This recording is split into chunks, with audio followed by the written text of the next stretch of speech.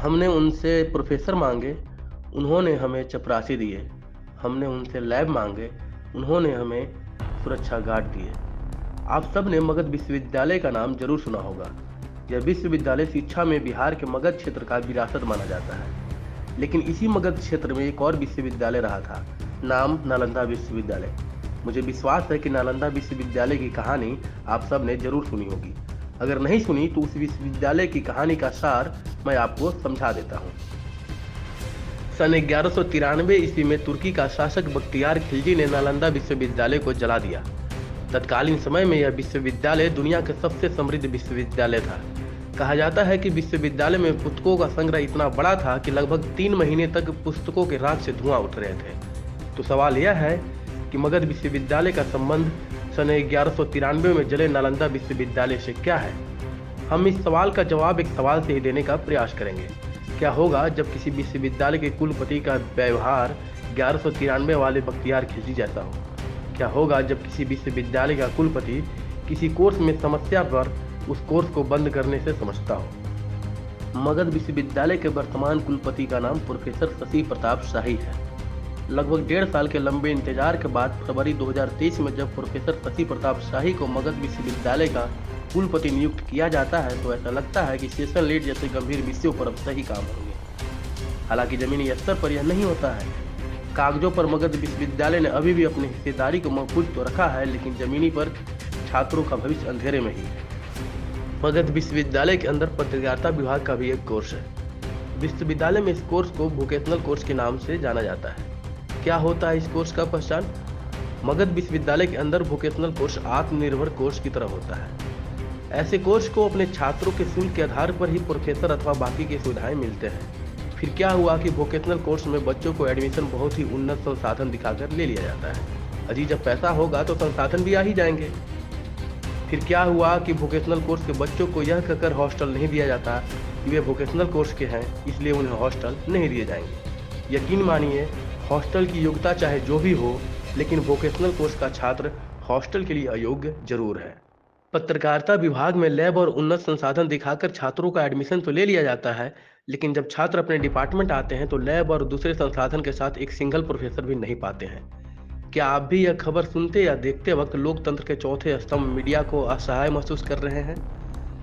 आपका जवाब चाहे जो भी हो, लेकिन इसी मगध विश्वविद्यालय के कुलपति का इन विषयों पर आंख का पानी सूख जाता है। कुलपति की ओर से कई बार आश्वासन तो दिया जाता है, लेकिन जमीनी स्तर पर एक छोटा सा प्रयास भी नहीं किया जाता है। जुलाई 2021 में पत्रकारिता विभाग के डायरेक्टर डॉक्टर विनोद सिंह द्वारा छात्रों को आश्वासन दिया जाता है कि जल्द ही विभाग को राघव झा के रूप में एक प्रोफेसर मिलने वाला है। फिर उसी समय विश्वविद्यालय के तत्कालीन कुलपति पर 20 करोड़ रुपए का भ्रष्टाचार का आरोप लगता है। इस आरोप में पत्रकारिता विभाग के डायरेक्टर डॉक्टर विनोद सिंह को भी जेल जाना पड़ता है। इसके बाद हिंदी विभाग से डॉक्टर भरत सिंह के कुलपति नियुक्त किया जाता है, लेकिन स्थिति में बदलाव नहीं आता। पत्रकारिता विभाग में कहावत है कि विभाग के अंदर सेशन से ज्यादा विभाग के डायरेक्टर बदलने में नियमितता होती है। यही कारण है कि भरत सिंह को हटाकर डॉक्टर पीयूष कमल सिन्हा को पत्रकारिता विभाग में डायरेक्टर नियुक्त किया जाता है। हालांकि सच्चाई यह भी है कि पीयूष सिन्हा के डायरेक्टर बनने पर सेशन को नियमित करने का प्रयास तो किया जाता है, लेकिन पत्रकारिता विभाग की जरूरी बुनियादी सुविधाओं में वे सफल नहीं हो पाते हैं। एक दिन पत्रकारिता विभाग के अंदर डायरेक्टर का सवाल होता है कि ऐसा क्या किया जाए कि विभाग के अंदर छात्रों की संख्या में बढ़ोतरी हो। इस सवाल के उत्तर में 2 जवाबों की प्रमुखता दी जाती है। पहला ये कि कोर्स का शुल्क 80,000 से 50,000 रुपये कर दिया जाए। वहीं पत्रकारिता विभाग के लिए बुनियादी सुविधाओं को तत्काल प्रभाव से शुरू किया जाए। हालांकि सुविधाओं पर ध्यान तो नहीं दिया गया, लेकिन शुल्क जरूर कम कर दिया गया। परिणाम ये हुआ कि अगले सत्र में विभाग के अंदर छात्रों की संख्या में बढ़ोतरी हुई। यकीन मानिए, पत्रकारिता विभाग में शुल्क अब भी उतना ही महत्वपूर्ण है। नए छात्रों के आने के बाद कुलपति ने छात्रों को ब्लैकमेल करना शुरू कर दिया है।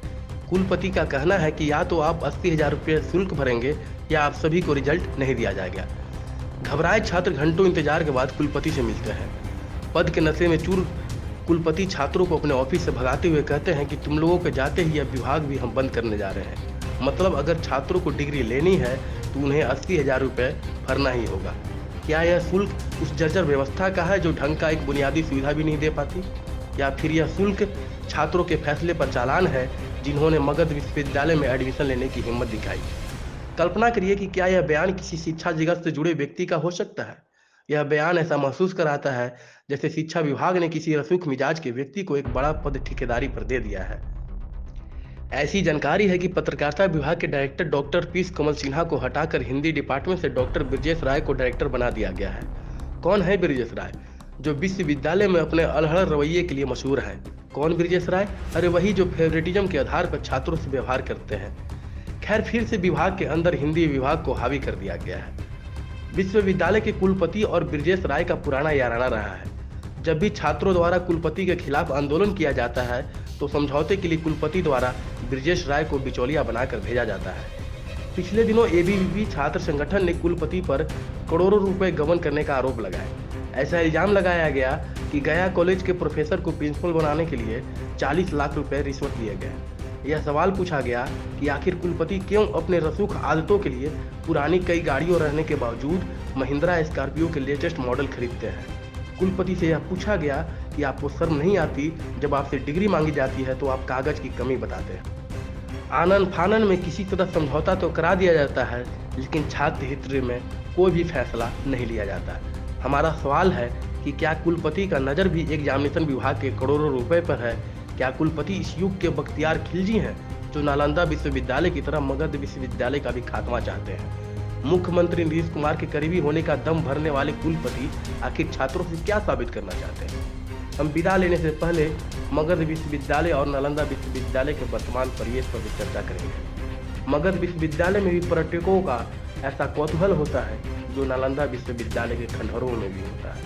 मगध विश्वविद्यालय भी अपने शैक्षिक विरासत को लेकर उतना ही दुखी है जितना नालंदा विश्वविद्यालय को हो रहा होता है। हो सकता है कि बख्तियार खिलजी ने नालंदा विश्वविद्यालय के पुस्तकों से उठ रहे धुआं को नहीं देखा होगा, लेकिन हम उम्मीद करते हैं कि मगध विश्वविद्यालय से उठ रहे धुएं को कुलपति महोदय जरूर देखेंगे। गलती से अगर न्यूटन इस यूनिवर्सिटी में पैदा हो गए होते तो पूरा फिजिक्स का सत्यानाश हो गया होता, काहे कि उनका ग्रेजुएशन कंप्लीट नहीं होता।